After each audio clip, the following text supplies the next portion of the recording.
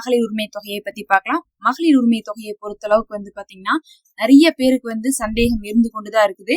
ஏன்னா மகளிர் உரிமை தொகை அப்படிங்கிறது போன தடவை ஆட்சியில கொடுத்த மாதிரி இந்த தடவை ஆட்சியில கிடையாது. அது அப்படியே இரட்டிப்பாகுது. 1000 ரூபாய் 2500 ரூபாவா மாறுது. அதே சமயத்துல போன தடவையே வராதவங்க பாதி பேர் இருந்தாங்க. 2.5 கோடி மக்கள்ல 1.25 கோடி மக்களுக்கு தான் வந்துருந்துச்சுங்கும் போது மறுபடியும் மிச்சம் 1.25 கோடி மக்கள் கேட்டுட்டு இருந்தாங்க. அப்ப மிச்சம் 1.25 கோடி மக்கள் எங்களுக்கு எப்பதான் வாய்ப்பு கொடுப்பீங்க, நாங்க எப்பதான் வாங்குறது, என்னதான் அதுக்கு நாங்க செய்யணும், நாங்க மறுபடியும் அப்ளை பண்ணணுமா இல்ல என்ன பண்ணணும்னு சொல்லிட்டு கேட்டுட்டு இருக்காங்க. அப்ப பாத்தீங்கன்னா மகளிர் உரிமை தொகையை பொறுத்தளவுக்கு வாங்கிட்டு இருக்கவங்களுக்கே என்ன சந்தேகம்னா எப்ப 2500 ரூபாய் வரும்னு சந்தேகம், வாங்காம இருக்கிறவங்களுக்கு எங்களுக்கு எப்ப கொடுப்பீங்க அப்படிங்கக்கூடிய சந்தேகம்.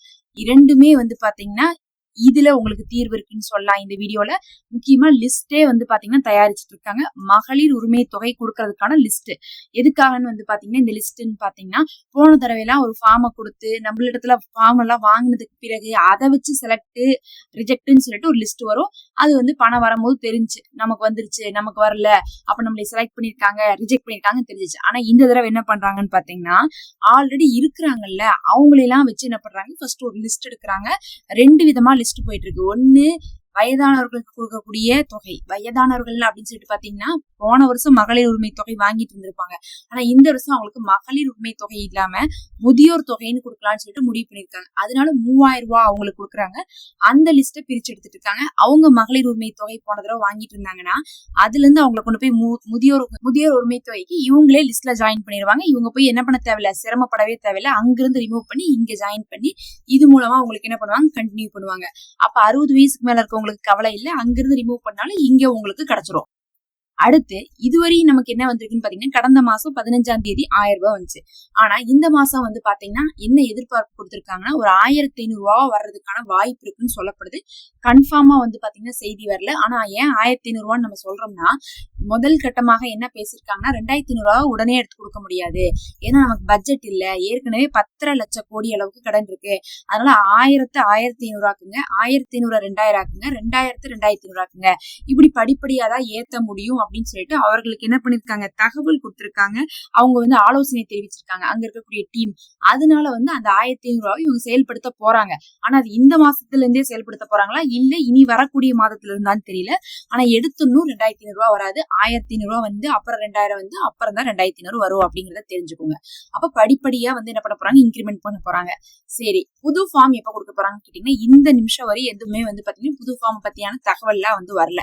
இனிமேல் தான் நமக்கு கொடுப்பாங்க. அப்ப நம்ம என்ன பண்ணிக்கலாம், அப்ளை பண்ணலாம். அதை நம்ம உங்களுக்கு என்ன பண்ணுவோம், அறிவிப்போம். ஆனா அதே சமயத்துல புது ஃபார்ம் கொடுக்கறதுக்கு முன்னாடி என்ன சொல்லிட்டாங்கன்னா வாடகை வீட்டுல இருக்கவங்களுக்கு நாங்க முன்னுரிமை கொடுக்குறோம் அப்படின்னு சொல்லிட்டாங்க. நீங்க வாடகை வீட்டாரா இருந்தீங்கன்னா உங்களுக்கு என்ன பண்ணுவாங்க, கொடுப்பாங்க. அந்த 2500 ரூபாய்க்குள்ளான காசு இந்த தடவை உங்களுக்கு செலக்ட் ஆகும். அது மட்டும் இல்லாம இந்த எலிஜிபிலிட்டி எல்லாம் இந்த லிஸ்ட் மூலமா செக் பண்றாங்களாமா. யாரெல்லாம் வாங்கிட்டு இருக்காங்களோ அவங்க கரெக்டா தான் வாங்கிட்டு இருக்காங்களா, இன்னும் யாரெல்லாம் வாங்காம இருக்காங்களோ அவங்க வாங்கக்கூடிய தகுதியோட இருக்காங்களா, யாரெல்லாம் அப்ளை பண்ணி ரிஜெக்ட் பண்ணிருக்காங்களோ அவங்கள கரெக்டா தான் ரிஜெக்ட் பண்ணிருக்காங்களா, இல்ல உண்மையாலுமே எலிஜிபிலிட்டியா இருக்கிறவங்க ரிஜெக்ட் பண்ணிருக்காங்கன்னு சொல்லிட்டு லிஸ்ட் எடுத்துட்டு இருக்காங்களாமா. எதுக்கு லிஸ்ட் எடுத்துட்டு இருக்காங்கன்னு பாத்தீங்கன்னா கவர்மெண்டே லிஸ்ட் எடுத்துட்டாங்கன்னா அவங்களுக்கு தெரிஞ்சிடும் இவங்க எல்லாம் வாங்கலாம் இவங்க எல்லாம் வாங்கக்கூடாதுன்னு. அது மூலமாவே நமக்கு என்ன பண்ணிடுவாங்க, மெசேஜ் அனுப்பிச்சு நமக்கு இந்த ஸ்கீமை என்ன பண்ண ஆரம்பிச்சிடலாம், கொடுக்க ஆரம்பிச்சிடலாம். அப்படி இல்ல மக்கள்கிட்ட விடும் போது அவங்க என்ன பண்றாங்க, சில ஃபார்ம் எல்லாம் ஃபில் பண்ணும்போது போன தடவை சொந்த வீடு வச்சிருக்கவங்க, கார் வச்சிருக்கவங்க, நல்ல வசதியா இருக்கவங்க கூட இந்த 1000 ரூபாய் வாங்கிட்டு தான் இருந்தாங்கன்னு சொல்லிட்டு ஒரு பெரிய குற்றச்சாட்டு இருந்துகிட்டே இருக்குது. இன்னைக்கு கூட வாங்காத மக்கள்ல என்ன சொல்றாங்கன்னா அவங்களுக்கு எல்லாம் கொடுத்துட்டு எங்களுக்கு கொடுக்காம விட்டீங்களே, கொடுத்தா எல்லாருக்கும் கொடுக்கலாம்ல அப்படிங்கக்கூடிய ஒரு கோபம் இருந்து கொண்டிருக்கு. அதனால என்ன பண்றாங்கன்னா இவங்களே லிஸ்ட் செக் பண்ணி இவங்க என்ன பண்ணுவாங்க, அந்த லிஸ்ட்ல இவங்க எல்லாம் வாங்கக்கூடிய தகுதியில இருக்கக்கூடிய பெண்கள் தான் அப்படின்றும் இவங்க எல்லாம் வாங்குறதுக்கு தகுதியே இல்லைன்னு சொல்லிட்டு இருக்கிறவங்கள நீக்கிறதும் வேலைகள் இப்போது நடைபெற்று கொண்டிருக்கு. இதுல ரொம்ப முக்கியமாக பாத்தீங்கன்னா எதன் அடிப்படையில இப்படி நீக்கிறாங்க அப்படிங்கறத நம்ம தெரிஞ்சுக்கணும். ஏன்னா போன தடவை நான் வாங்கிட்டேன் ஆனா இந்த தடவை என்னுடைய பேர் இல்லாட்டினா அப்படின்னு நமக்கு ஒரு சந்தேகம் வரும்ல. அப்ப இந்த தடவை போன தடவை உங்களுடைய பேர் இல்லைன்னா என்ன காரணமா இருக்குன்னா இந்த ஒரு 3 காரணம் தான் இருக்கும். அந்த 3 காரணம் உங்கள்ட்ட இருந்துச்சுன்னா உங்களுக்கு இந்த தடவை என்ன பண்ண மாட்டாங்க, லிஸ்ட்ல உங்க பேரை கொண்டு வர மாட்டாங்க. போன தடவை வரையும் உங்களுக்கு 1000 ரூபாய் வந்தாலும் இனிமேல் என்ன பண்ண மாட்டாங்க, கொடுக்க மாட்டாங்க. இப்ப யார் அந்த 3 பேருன்னு சொல்லிட்டு பாக்கலாம். முதல்ல பாத்தீங்கன்னா யார் போன தடவை வாங்கும் போது அவங்க ஐடி எல்லாம் ஃபெயில் பண்ணாம இருந்திருப்பாங்க. ஆனா இந்த தடவை அவங்க என்ன பண்ணிருப்பாங்க, ஐடி ஃபெயில் பண்ற அளவுக்கு அவங்களுடைய வாழ்வாதாரம் உயர்ந்திருக்கும். அப்ப என்ன பண்ணுவாங்கன்னா போன தடவை உங்களுக்கு 1000 ரூபாய் கொடுத்தோம், இந்த தடவை உங்களுக்கு அந்த 2500 ரூபாய்க்குள்ள கொண்டு வர மாட்டோம்னு சொல்லிட்டு ரிஜெக்ட் பண்ணுவாங்க. அடுத்தது போன தடவை 4 வீலர் வச்சுக்காம இருந்திருப்பீங்க. இந்த தடவை உங்களுக்கு 4 வீலர் வந்திருக்கலாம். அதனுடைய தகவல் அவங்களுக்கு கிடைச்சா அவங்க என்ன பண்ணுவாங்க, கண்டிப்பா வந்து ரிஜெக்ட் பண்ணுவாங்க. அதே மாதிரி வந்து பாத்தீங்கன்னா கவர்மெண்ட் ஜாப்ல உங்க குடும்பத்தை சேர்ந்தவங்க இப்ப வேலையில அமர்ந்திருக்கலாம். இது நடந்திருக்குமானா கண்டிப்பா நடந்திருக்கும். இப்ப ஒரு உதாரணத்துக்கு சொல்றேன். ஒரு தாய் இருக்காங்க, ஒரு தந்தை இருக்கிறாங்க, ஒரு மகனோ இல்ல மகளோ இருக்காங்கன்னு வச்சுக்கலாம். அவங்க படிச்சுட்டு வந்து என்ன பண்ணிட்டு இருக்காங்க, ட்ரை பண்ணிட்டு இருக்காங்க கவர்மெண்ட் ஜாபுக்கு.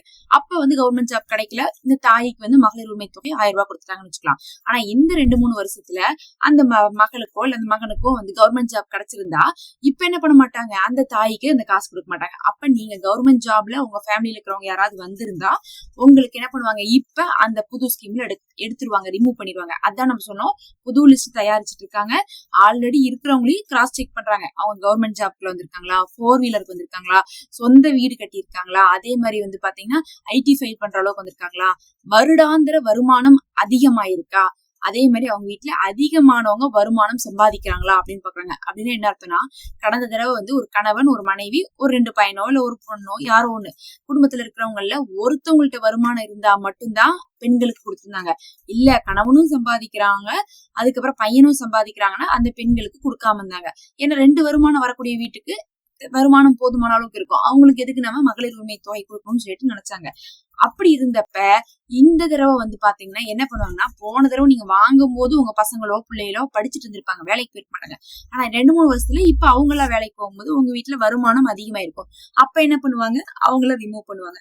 அப்ப இதெல்லாம் வந்து பாத்தீங்கன்னா செக் பண்ணி தான் வந்து என்ன பண்ணுவாங்க, அவங்க வந்து உங்களுக்கு கொடுப்பாங்க. இதை வந்து செக் பண்றது ஒண்ணு லிஸ்ட் மூலமா அவங்களாவே வந்து செக் பண்றதுக்கு வாய்ப்பு இருக்கு. அதுதான் வந்து சொல்லிட்டு இருக்காங்க, நாங்க லிஸ்ட் தயாரிச்சுட்டு இருக்கோம் இருக்காங்க. அது இல்லாம ஃபார்ம் கொடுத்து கூட அந்த ஃபார்ம்ல நம்மள்ட்ட கொஸ்டின் கேக்குறாங்க பாருங்க, உங்களுடைய வீட்டுடைய இது வந்து சொந்த வீடா வாடகை வீடா, உங்கள்ட்ட வந்து ஒரு மாசத்துக்கு எவ்வளவு கரண்ட் பில் வரும், உங்களுக்கு வந்து 4 சக்கர வாகனங்கள் இருக்கா, குடும்பத்துல வந்து கவர்மெண்ட் ஜாப் இருக்கா, அதே மாதிரி உங்க வீட்டுல எத்தனை பேரு, அத்தனை பேர்த்துல எத்தனை பேர் வேலைக்கு போயிட்டு இருக்காங்க, இந்த மாதிரி நிறைய தகவல் எல்லாம் கேட்பாங்க. அதையெல்லாம் வாங்கிட்டு கிராஸ் செக் பண்ணிட்டு தான் என்ன பண்ணுவாங்க, நம்ம கொடுப்பாங்க. தப்பான தகவல் எழுதி கொடுத்தாலும் கண்டிப்பா அவங்க என்ன பண்ணுவாங்க, கண்டுபிடிச்சிருவாங்க. அவங்களுக்கு தெரியும், எல்லாருமே வந்து என்ன பண்ணுவாங்க, தப்பா கொடுத்தா அது வாங்கணும்னு தான் நினைப்பாங்கன்னு தெரியும். ஆனா அவங்க ஈஸியா கண்டுபிடிக்கிற மாதிரி தான் அதெல்லாம் வச்சிருப்பாங்க. இன்னைக்கெல்லாம் வந்து பாத்தீங்கன்னா ஈஸியா வந்து என்ன பண்ண முடியும், ஒருத்தவங்களுடைய ஆதார் நம்பரை வச்சு எல்லாமே கண்டுபிடிச்சிட முடியும், குடும்பத்துடைய ரேஷன் கார்டு வச்சே கண்டுபிடிச்சிட முடியும். அப்ப இதெல்லாம் பார்த்துட்டு தான் இந்த தடவை கொடுப்பாங்க. பிளஸ் உங்கள்கிட்ட அரிசி கார்டு இருந்தாதான் என்ன பண்ணுவாங்க, இந்த தடவை கொடுப்பாங்க அப்படிங்கறத தெரிஞ்சுக்கோங்க. இதெல்லாம் தான் இப்ப வந்து தகவல். அப்ப எப்ப வந்து ஃபார்ம் கொடுக்க போறாங்க அப்படிங்கறது நம்ம பொறுத்து இருந்து பார்க்கலாம். உடனே தகவல் வந்துடும் உங்களுக்கு. அந்த ஃபார்மை வந்து எப்படி வந்து கொடுக்கணும், இப்ப எல்லாரும் ஃபர்ஸ்ட்ல இருந்து கொடுக்கணுமா இல்ல வந்து பாத்தீங்கன்னா இல்லாதவங்க மட்டும் கொடுக்கணுமா, எல்லா தகவலையும் நம்ம அடுத்தடுத்து கொடுப்போம். மறக்காம சப்ஸ்கிரைப் பண்ணிக்கோங்க.